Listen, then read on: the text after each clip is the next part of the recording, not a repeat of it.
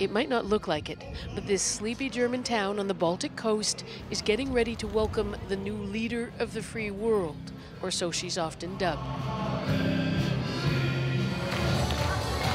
Angela Merkel came to Wismar on a swing through the region in this final week of electioneering. Her message to the waiting crowds is straightforward.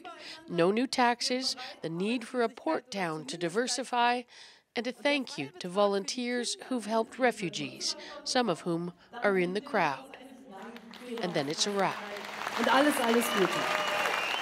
So Angela Merkel has just finished speaking. It hasn't been the most dynamic campaign event I've ever attended, but that's what Angela Merkel is marketing: stability, smooth sailing, no bumps. Both decided and undecided tend to see Merkel as a safe pair of hands, especially during such uncertain times. The choir says North Korea is the issue that keeps them up at night. No more war, says this man. Ja, ich fand die Rede gut. Merkel knows exactly what she wants, says a woman called Elke, and she's very level-headed. I like that.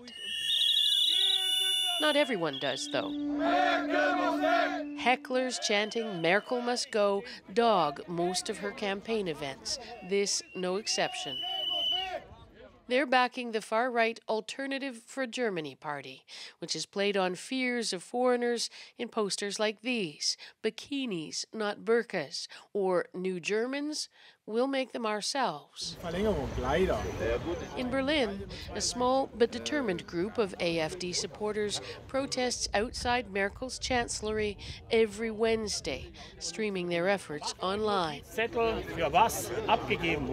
If the polls are right, the AfD could enter the Bundestag, the first time for a far-right party to do so since the 1950s. It's also tapping into a nationalism rarely on display in German politics because of the country's Nazi history. That's the past of my father and of my grandfather, but it's not my past. I look in the future, and I don't want a country that's run over by the Islam. The gold, red, and black of the German flag float through Angela Merkel's election campaign, too. Her strategists hired one of Hamburg's hippest and most successful ad agencies.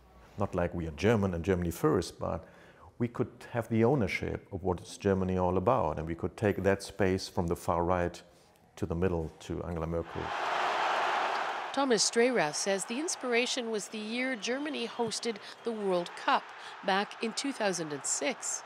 It was the first time that the Germans fall in love with their country again, and that was not like a proud or hard thing, like a national thing, but that was like like we felt like a global country because the whole world was visiting us.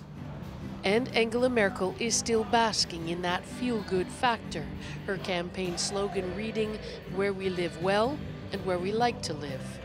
Whether it remains that way with a potentially more fractured and fractious parliament in the offing is another matter. Margaret Evans, CBC News in Wismar, northern Germany.